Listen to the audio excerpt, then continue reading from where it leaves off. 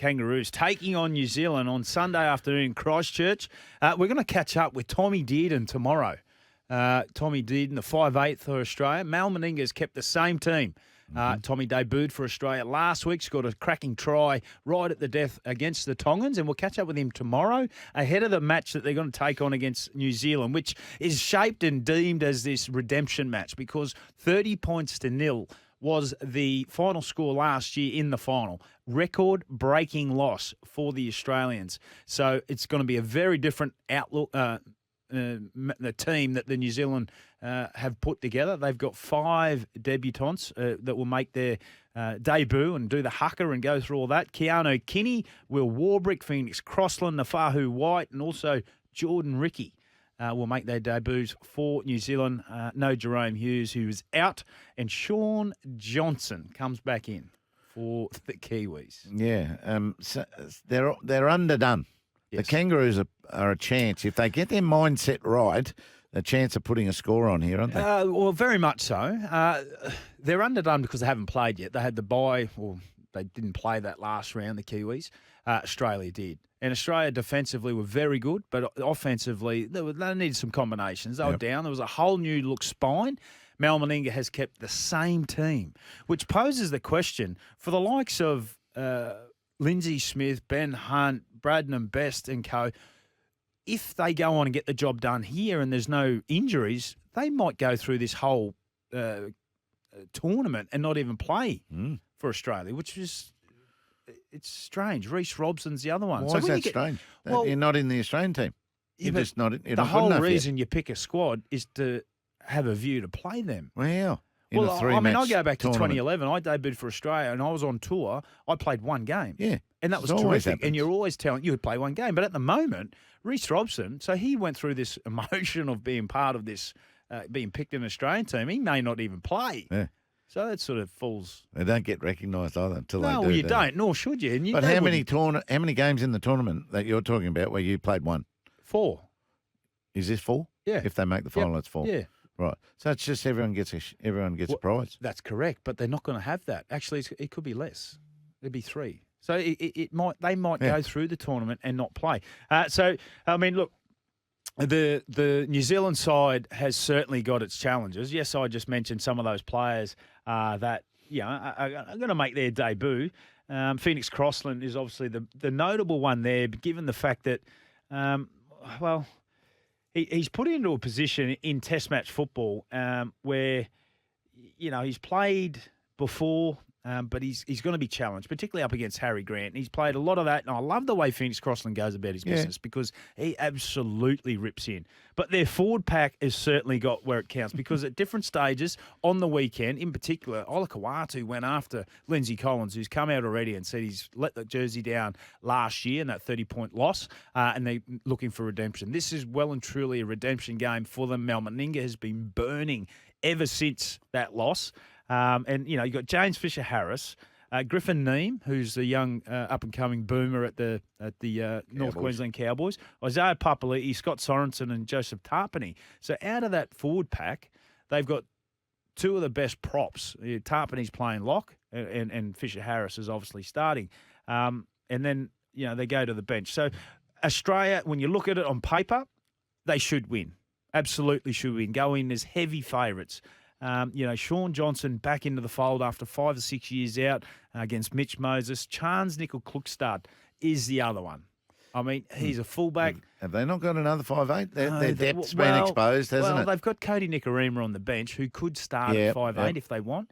But, they're right. Their depth have absolutely. So Dylan Brown is normally the 5'8" for New Zealand, out injured. Yep. Jerome Hughes, halfback, out injured.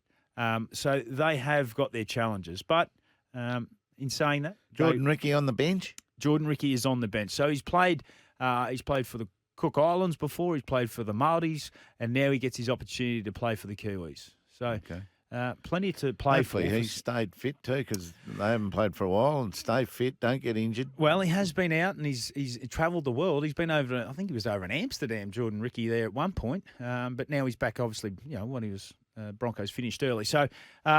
Big game. What's going to unfold? Mal Meninga, as I said, has an unchanged lineup. Do you like the lineup? Do you think there could be a better better scenario than what we saw. Interesting to see. What about, get this game done and won, and then I'll give a rest to someone. And then the finals the week after that. Well, yeah. You're in the finals if you win this one. The players that he's got that aren't playing, Reece Robson's a hooker. Yep. That's all he can play. So give Harry a break. Look, it's not all he can Harry play. won't want a break, will he?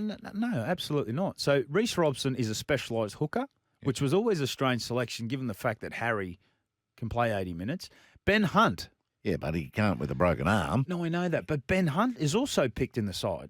Yes. Who is and has played majority of his rep career in a hooking role. Lindsay Smith was that player that was given, I suppose, a reward for a season that he had off the back of the grand final, etc. He's a front rower. And Braden Best is a specialised centre. So, Travojevic was terrific for the Australians, and also, Hammer, the big Hammer, Tabuai-Fidow, they were outstanding. So if they don't get any injuries, he'll go with the same side. That's a good injury covering bench, isn't it? Or It reserve group. But no, I think it might lend itself to someone getting some niggles, in this game, getting through and then needing a fortnight off. Not bad. Well, yeah, we'll wait and see what unfolds. There's other games Why to don't happen. we do that?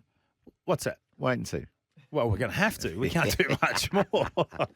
Can't do much more. Just like cricket, the impatience of who's going to be the opener. Just wait one more week, please. Well, it might become obvious to us. Yeah, so there's a couple of texts here off the back of what we're talking about further, and this all come off, the start of the show from you, Heels, given the fact you'd sort of talking about Shaq and you'd met him and you'd bumped into him. Here's one from Brett. Morning, Cos and Heels. I was helping, I suppose, a maid out with a hire car business, and I had to pick up a lady in Surfers Paradise. When she popped in, it was, oh my God, Delta Goodrum. She's better looking than she is on TV. She's lovely, yeah. We met her and hung out with her a little bit in an Allan Border medal night. And Brett Lee got her on the piano and she sang her hits. Okay. What about also Remissive Murray? Not to mention, I danced with Australian film actress Abigail at a promotional beach party night at New York nightclub in my youth. That was in the mall, the new mall, when it was new. And Wilson's nightclub was in there too. Abigail, you didn't even know Abigail, did you? No. She was beautiful. Was she? Yeah, oh, yes. Okay. And she went I'll on take number your word. 96 one night. It was a big episode on number 96. Abigail's on. Like Agent 96? Yeah, it was number 96 it was called, mate. And so it was huge. And there was Murray all over her. Yeah, right. There you go. Here's one from Mr. Ha, who had a crack a little earlier. Hey, boys, my local is a Brecky Creek, and I see plenty of celebrities, and unlike some others, I don't bother them with requests. Yeah. Oh, come on, Mr. Ha. Go and have a nice coffee or something. Give yourself a rap, mate. Yeah. I saw Katoni there 2 days ago. It wasn't Okay. yesterday. Yes. I thought it was Katoni. Again, he had his hat low and his mo, and I only noticed him on the news that night. Right. He had the same Same shirt outfit. on. Yeah, same outfit. So to it ratify was that Katoni. it was I was Katoni. able to. Yeah. There you go. One from Oscar.